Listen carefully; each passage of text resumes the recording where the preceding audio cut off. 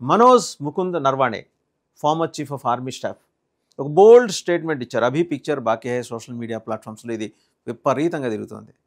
Cinema ఇంకా చాలా ఉంది, ఇప్పుడు నువ్వు చూసింది ట్రయలరే అని చెప్పి పాకిస్తాన్కి హెచ్చరిక జారీ చేశారు. 9 ఉగ్రవాద శిబిరాల మీద భారత్ ఒక్కసారిగా చేసిన దాడితోటి అవి నేలమట్టమయ్యాయి. దగ్గర దగ్గర అఫీషియల్ రికార్డ్స్ ప్రకారం 7 చనిపోయారు, 30 నుంచి 50 మంది తీవ్రంగా గాయపడి పాకిస్తాన్ ఆసుపత్రుల్లో POKలోని ఆసుపత్రుల్లో చికిత్స పొందుతున్నారు. అండ్ పాకిస్తాన్ నివ్వెరపోయింది, ఒక్కసారిగా షాక్ అయింది. లక్ష్యం కేవలం టెర్రర్ క్యాంప్స్, చాలా క్లియర్. పాకిస్తాన్లోని సివిలియన్ ప్రాంతాల్లో నాగరికులు పౌరులు నివసించే ప్రాంతాల్లో ఎక్కడా దాడులు చేయలేదు. అలాగే పాకిస్తాన్ ఆర్మీ క్యాంపుల మీద కూడా దాడి చేయలేదు, కేవలం ఉగ్రవాద క్యాంపులు. చాలా స్పష్టమైన డిస్టింక్షన్ అక్కడ. ఆ రెండింటి మధ్య తారతమ్యాన్ని భారత ప్రభుత్వం, భారత రక్షణ శాఖ చెప్పాలనుకుంది, చెప్పింది. అదే విషయం ఏం చెప్పారు, అభి పిక్చర్ బాకీ హై అంటూ. ఇంకా చాలా ఉంది అట్లా చూపించాల్సింది. తస్వీర్తో బహుత్ హై, దేఖ్నా చాహేతో వెయిట్ కన్నా పడేగా అంటున్నాడు ఆయన. చూడాలనుకుంటే వెయిట్ చేయండి అని చెప్పేసి.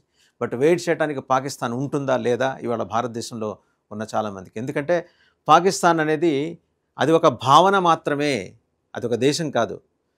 ఆయన సౌదీ రాజు అంటుంటారు, ప్రపంచంలోని అన్ని దేశాలకి సైన్యం ఉంటే సైన్యం కోసం దేశం పనిచేసేది కేవలం పాకిస్తాన్లోనే. పాకిస్తాన్ దేశంగా కూడా పరిగణించి ఇట్స్ అ రోగ్ స్టేట్ అని అనేవాళ్ళు కూడా చాలామంది ఉన్నారు. బహుశా ఇంత దరిద్రమైన పేరు తెచ్చుకున్న ప్రాంతం ఏదైనా భూమండలం మొత్తం మీద ఉందంటే అదొక పాకిస్తాన్. దురదృష్టకరమైన విషయం ఏంటంటే అందులో ఉన్న 2 ప్రాంతాలని ఒకప్పుడు శ్రీరామచంద్రమూర్తి కుమారులైన లవుడు, కుశుడు పరిపాలించారు పురాణ కాలంలో.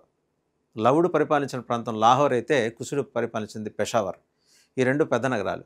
ఇవాళ ఆ 2 నగరాల్లోనే ఉగ్ర శిబిరాలు నడుపుతూ వస్తున్న ఈ పైశాచిక మూకలు.